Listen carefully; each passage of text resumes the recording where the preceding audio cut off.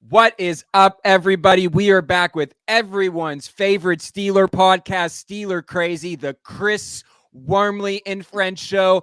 I'm JY. This is Mike. It's Victory Tuesday, but most importantly, my man right here got engaged. How does it feel? Congratulations to you and Michelle. The Steelers won for you. I know she went to Florida State. Florida State won for her. It's just an all-around good weekend. I know Worm will talk about the Michigan victory. How does it feel, man? Congratulations. It feels good. I don't know if she's going to watch this show, but in my rankings, I would put maybe Steelers victory and then engagement right here. Oh, man. No, I'm just kidding. You're going to Shout start out a war. Michelle. She's absolutely wonderful, and I'll just leave it at this. I can't believe she said yes, especially after that last comment I just made. Maybe I won't be an How could engaged she man say no to if that she hair? watches this. How could she say no to that hair? All right, as we said, we're going to talk to the star himself, number 95. So, Sammy, let's roll it and let's get to it. Steelers Crazy, the Chris Wormley and Friends show. JY, Mike, run it. It was Wormley who got to him first. He's having a big day.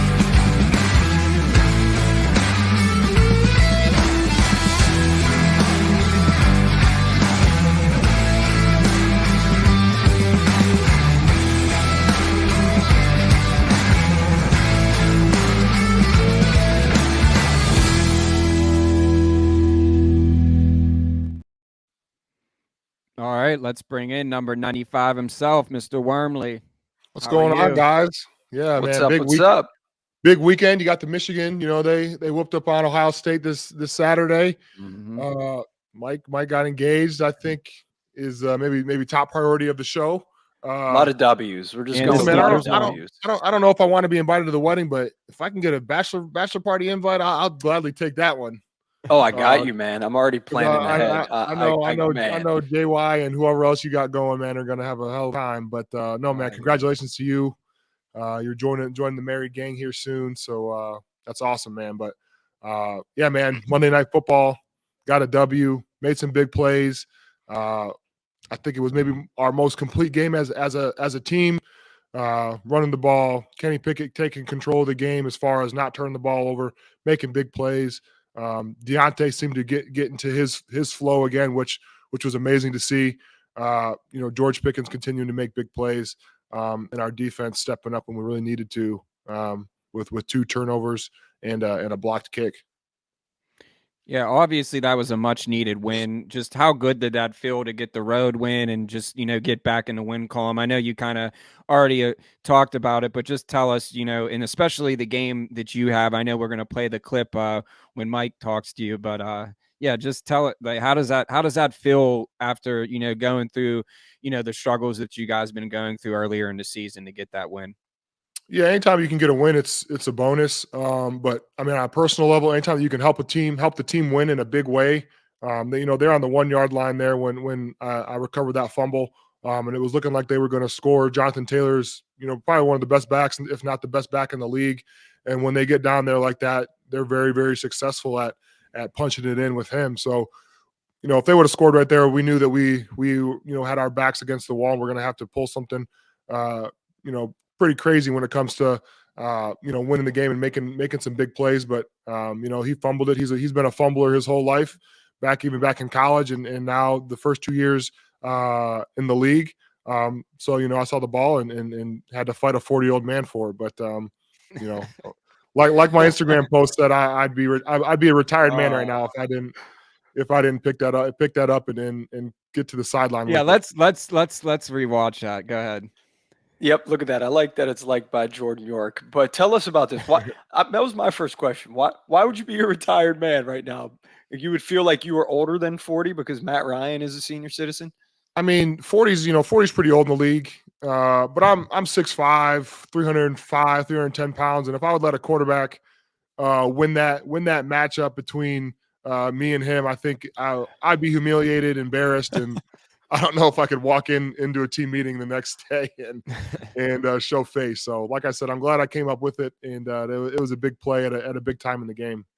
Dude, here's one of my first thoughts. Obviously, we joked earlier this year about when you and Cam and Highsmith went to the WWE match and you guys were shown, doing your thing, cheering. I was like, that is some wrestling moves right there. We talked about Highsmith when Spillane was on being the WWE guy moving forward, but you might have taken that crown after that move, man.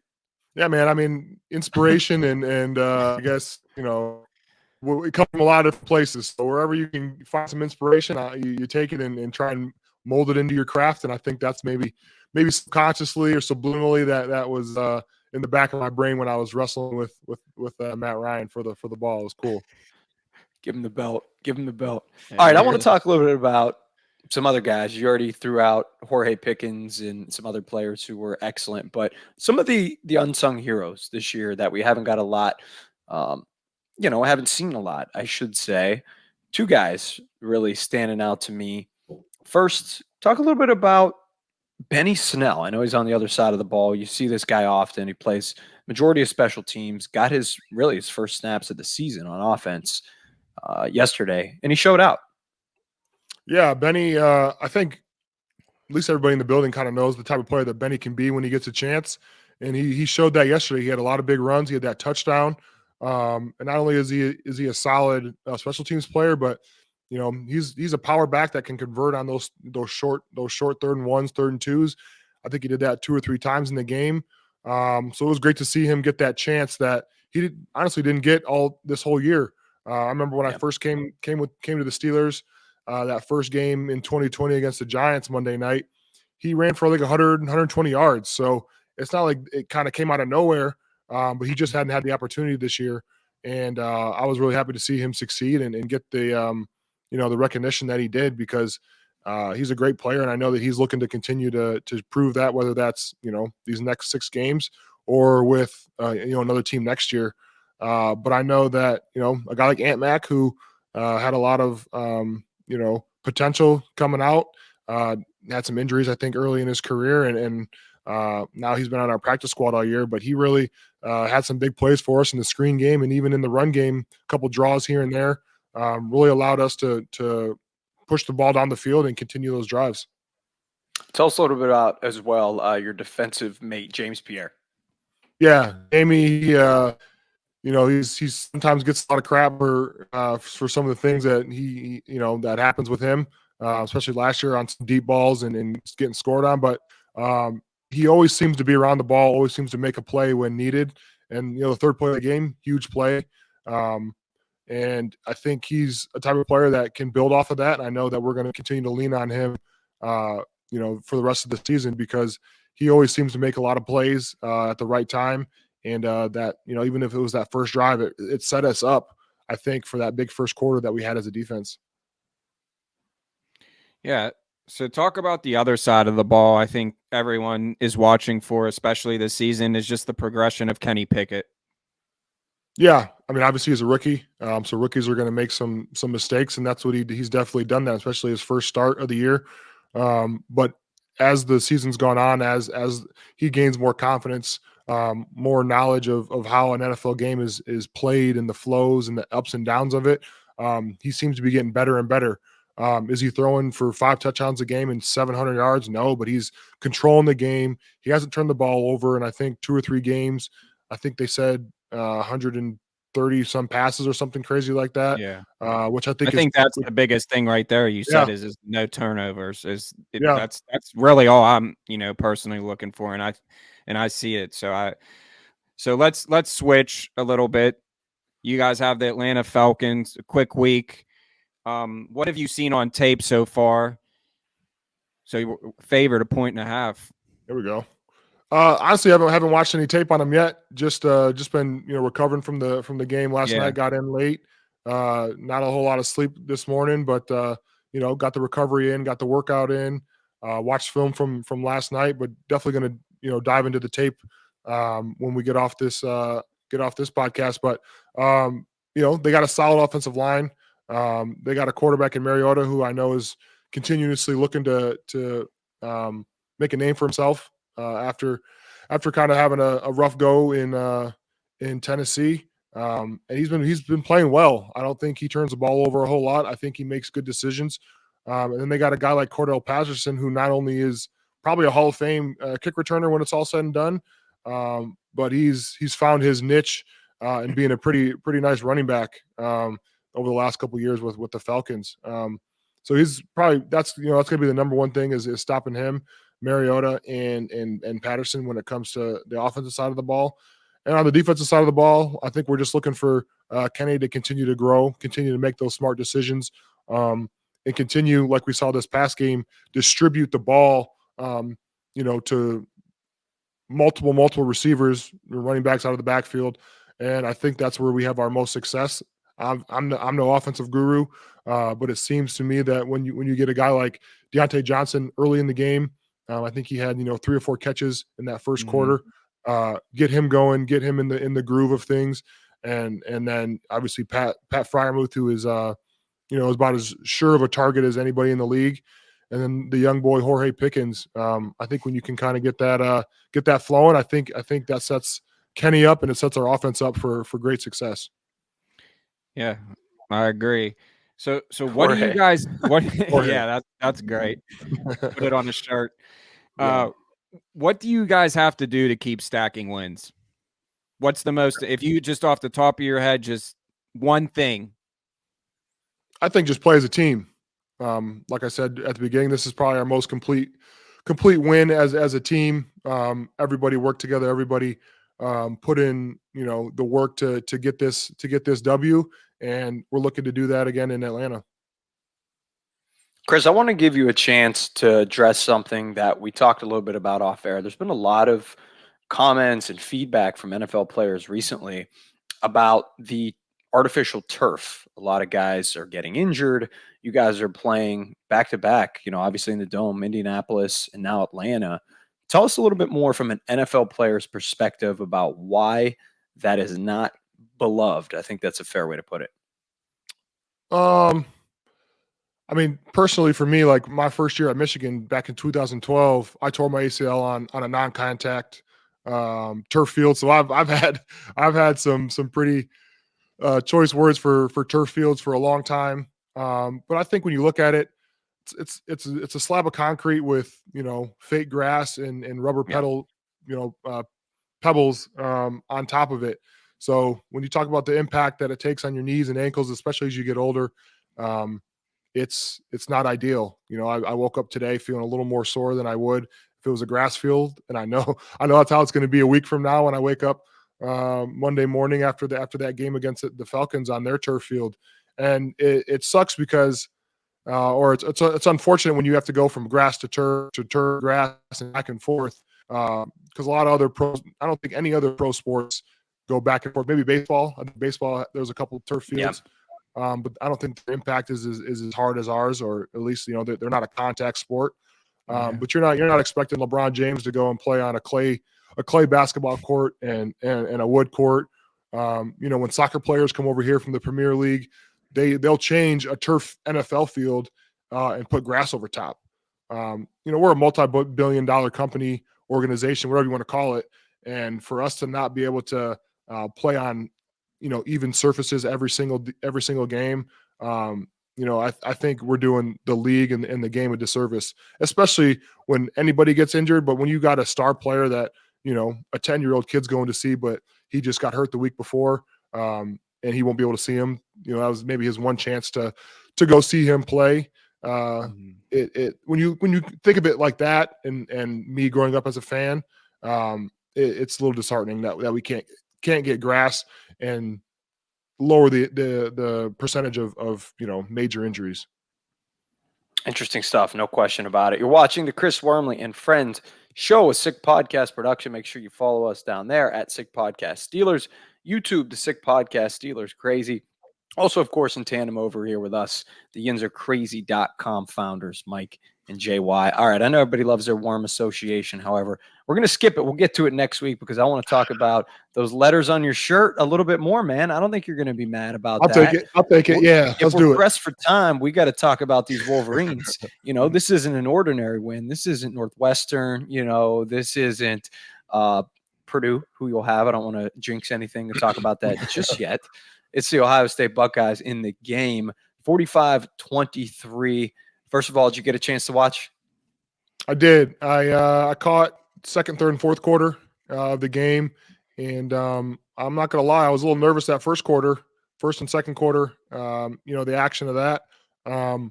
And I sat here last week saying that if Blake Corum doesn't play, I don't know if I liked our chances. But JJ McCarthy showed why he was a 5-star recruit a couple years ago. He kept those boys in it, made some big plays down the field. And number 7, Donovan Edwards, they stuck with the run. I think they had 10 yards at the half of rushing, but they stuck with the run. They stuck with what they did well, or what they do well, and that's running the ball.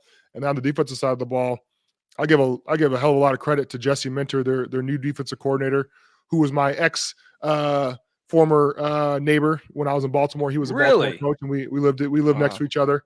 Wow. So I was super happy for him. I think he's gonna win that defensive coordinator of the year award when it's all said and done. I think the adjustments that he makes at halftime are second to none. I can't remember a team in the last maybe month or so against Michigan that scored in the second half a touchdown. They held Illinois 2 weeks ago. I think they held Ohio State to maybe 6 points, 3 points, something like that, crazy in the second half. When you can do that to a team like that with a Heisman candidate like C.J. Stroud and a receiver like Harrison, I think you got to give a lot of credit and tip your hat off to a guy like Jesse Minter. So it was a great team win. First win in Columbus in 20 years, over 20 years, and first time back-to-back wins against Ohio State, and I couldn't even tell you how long. So Yeah. very, very excited for those guys. I loved watching it. Similar to last year, you guys head into a Big Ten championship as big favorites. I think it was Iowa last year, and then this year you have Purdue. How hard is it kind of sometimes when you're floating, in the air to not take a team like Purdue lightly? Yeah, I can only imagine how those guys felt coming back from Columbus that night. I saw they stopped at the hockey game, and Harbaugh and the boys got a standing ovation. I'm sure the campus was rocking that night at the bars and restaurants and stuff like that. But these guys are in the same position they were last year. They got a taste of what it was like to win a Big Ten championship, and I know those guys are ready. Obviously, Purdue, they won their side of the conference. They won the West Division, but Michigan should roll these guys. It shouldn't even be close. And I know that those guys are looking to make a statement to possibly get that number 1 seed in the college football playoffs. And I know that that's their main focus, is to get to the playoffs. But this is just another stepping stone to get there. But it shouldn't even be close. All right, Jordan, I know that we got to ask this. We'll end on something fun. We heard maybe in regard to Michigan, Ohio State, we can blast this to all the Buckeyes fans. Maybe you won a little bet or something? Yeah, man. Me and Cam had a little money on it. Check him out on some of the media stuff tomorrow. I'm sure he'll be not as happy as he is on regular Wednesdays. But yeah, man, took some money from a couple of the guys around the building, which is always nice. It's going to my off-season fund, and the bachelor party.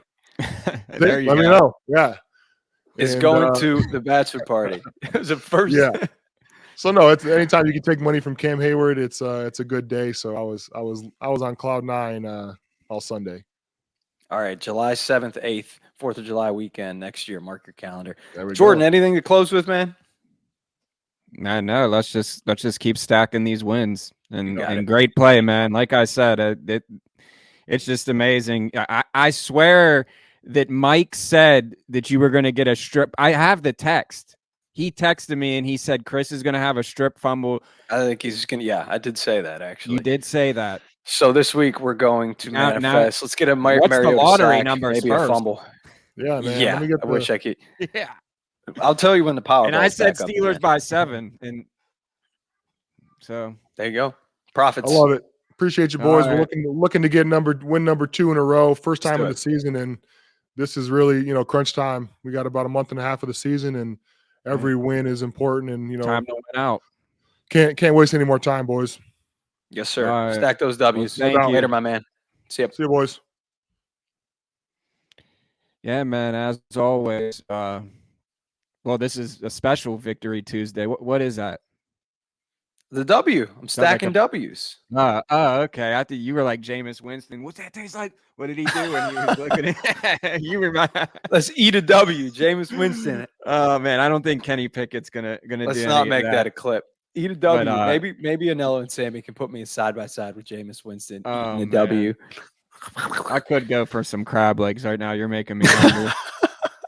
They're a lot of effort, though. I did realize, like, when I go on vacation and get them, they're just like a lot of. I mean, you earn your meal because you got to crack them, but when it comes out correctly, man, I gotta get some seafood. But yeah, so we have the Falcons. I think the Steelers get another win before we head out. This is the Steelers Crazy Chris Wormley and Friends show.